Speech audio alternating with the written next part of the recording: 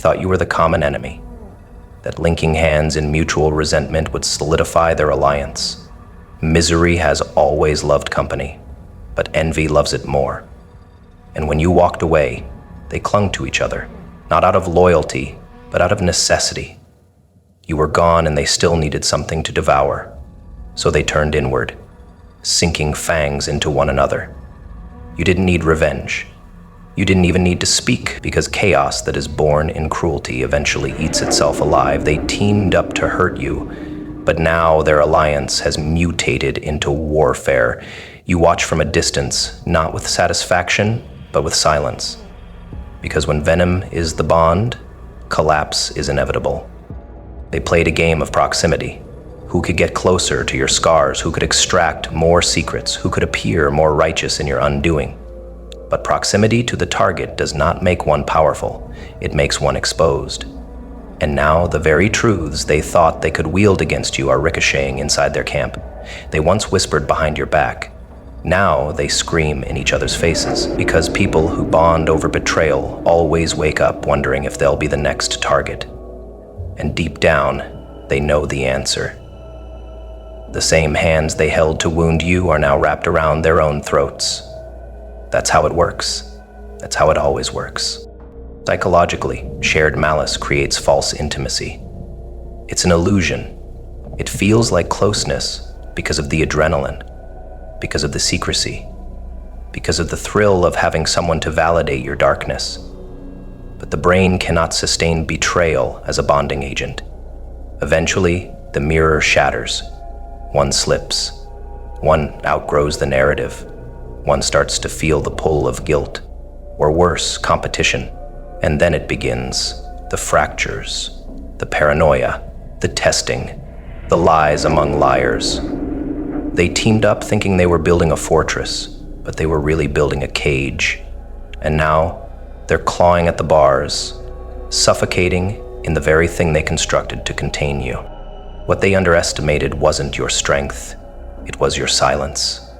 They thought if they could control the narrative, they could control your perception. But your silence was never surrender. It was strategy. You let them talk, you let them overcommit to their lie. You let them expose themselves to each other in the process. And now they're drowning in their own overexposure. Every word they twisted, every secret they shared, every performance they staged, it's all unraveling. You were never the problem. You were the mirror. And when you stopped reflecting their projections, they turned on one another, desperate to find a new villain to replace you. They're watching you now, still, through cracked lenses and tightened jaws, because your peace looks like a threat. Your detachment, a curse. They don't understand how someone who is supposed to collapse has become untouchable, but you were never fragile. You were focused. And now that your energy no longer feeds their dysfunction, they're imploding. You are the distraction from their own flaws, the common goal. That gave their ego a mission. But without you, they're exposed. And exposure is the one thing manipulative people cannot withstand. They hide behind stories. But now the stories are falling apart. And all they're left with is each other. And that's not a safe place anymore. They traded truth for alliance, loyalty for leverage, and in doing so, they forgot that any unity forged through betrayal is a ticking bomb. The psychology of envious people is simple. They will always overestimate their importance in your downfall and underestimate the cost of their own deceit. They smiled while they schemed, comforted by the thought of you breaking. But now they see it. Your absence didn't break you, it broke them. The center of their shared rage disappeared, and now they're orbiting each other with nothing to anchor the spiral. Their conversations now end in accusations. Their texts now feel like traps. Their smiles now curl with suspicion.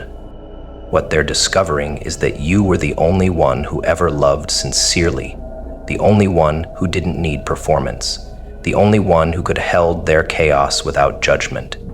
If only they'd chosen honesty over ego, but they chose power plays. They chose optics. They chose to hurt you together because it made them feel bonded. Now those bonds are bruises. Now their connection is a battlefield. Now they wake up realizing that the only thing they had in common was you, and you've moved on. You're no longer their link. You're no longer available to be misunderstood. Let them crumble. Let them try to rebuild the story without you. They'll fail. Because you were never the weak link. They were. You weren't the liability. They were. You weren't the problem. They were each other's reflection. And now they have to face that. No scapegoat, no villain to blame, just two people tangled in the wreckage of their own bitterness. You didn't need to fight. You didn't need to scream. You simply refused to carry what never belonged to you.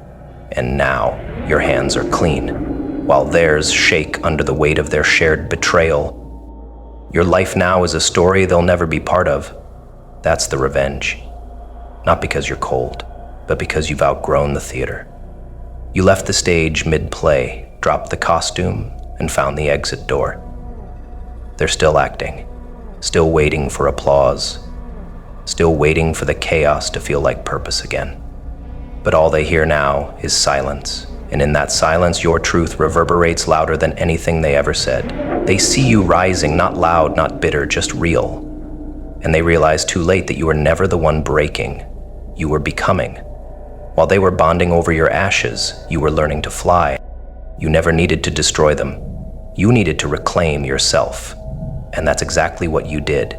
Not with fire, not with fury, but with something far more terrifying to those who once held power over you: refusal. You refused to shrink, refused to explain, refused to bleed on cue for an audience that applauded your suffering. You didn't become louder, you became cleaner. Sharper, a presence so intentional, it cut deeper than any revenge ever could. While they waited for a fight, you gave them absence. While they rehearsed their defense, you left the courtroom. You didn't throw stones, you removed yourself from the battlefield, and the silence you left behind was louder than any scream.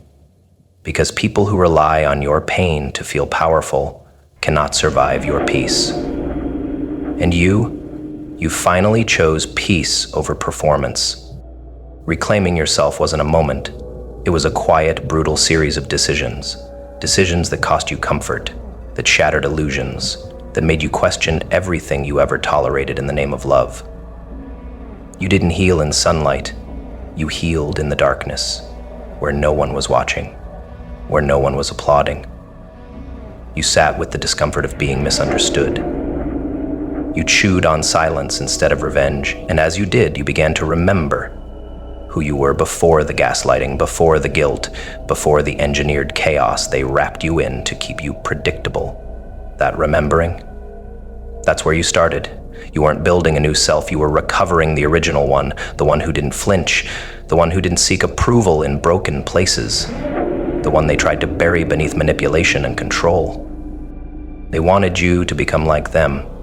Angry, bitter, addicted to the war. But you didn't. You evolved instead, not out of mercy, but out of mastery. Because you learned that true power is not found in retaliation, it's found in resurrection. You rose without theatrics. You became untouchable, not because you fought harder, but because you no longer needed to fight at all. You didn't take the bait. You didn't give them the performance they prepared for. And that denial, that starved reaction, forced them to see you differently.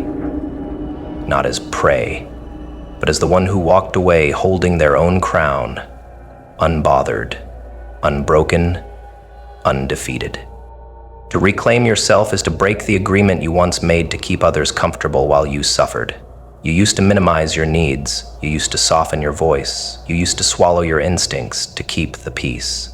But that peace was poison. It numbed you, trained you to endure, but not anymore. Now, you don't endure. You choose. You choose where your energy goes, who gets your time, what deserves your breath. And that level of discernment terrifies those who once depended on your confusion. Because clarity cannot be controlled. A person who knows themselves cannot be puppeted. You reclaimed yourself by no longer betraying yourself. And that, more than any punishment, was your victory. They still whisper about you.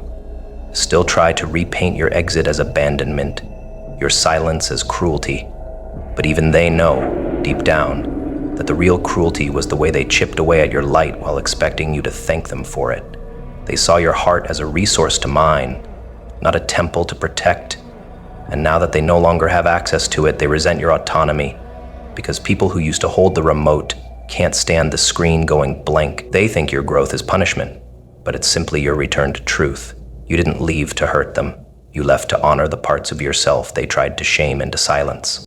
The truth you never needed to destroy them, because they were always doing that themselves.